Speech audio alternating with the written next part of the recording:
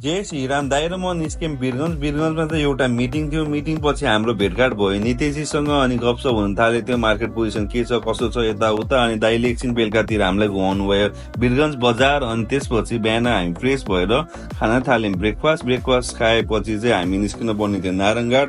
अनि यहाँ चाहिँ अब काम भइसकेको थियो वीरगन्जमा, अनि हामी निस्क्यौँ नारायणघाट। अनि नारायणघाट पुगेपछि फेरि नितेश फुडमा पुगेर जिरा धनियाँको अर्डर थियो, अनि अर्डर गरेर गाडी लोडिङ गर्ने व्यवस्था गराए। त्यसपछि भाइले गोदाममा पर्चेसहरू सबै एन्ट्री भयो कि भएन सोध्न थाले। त्यही कुराहरू चाहिँ अकाउन्ट्समा पनि हेर्न थाले के भइरहेछ कामहरू, सबै कुरा एन्ट्री हुनुपर्ने भयो कि भएन।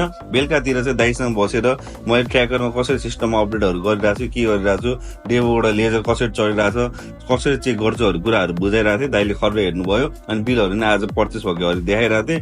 बेलुका चाहिँ गाडी लोडिङ भएर सबैजना जानु भइसकेको थियो, त्यसले गर्दा आफै बिल काटेर भिसिटिएस काटेर गाडी पठाउने व्यवस्था गरेँ। अनि आजको लागि यति नै, धन्यवाद।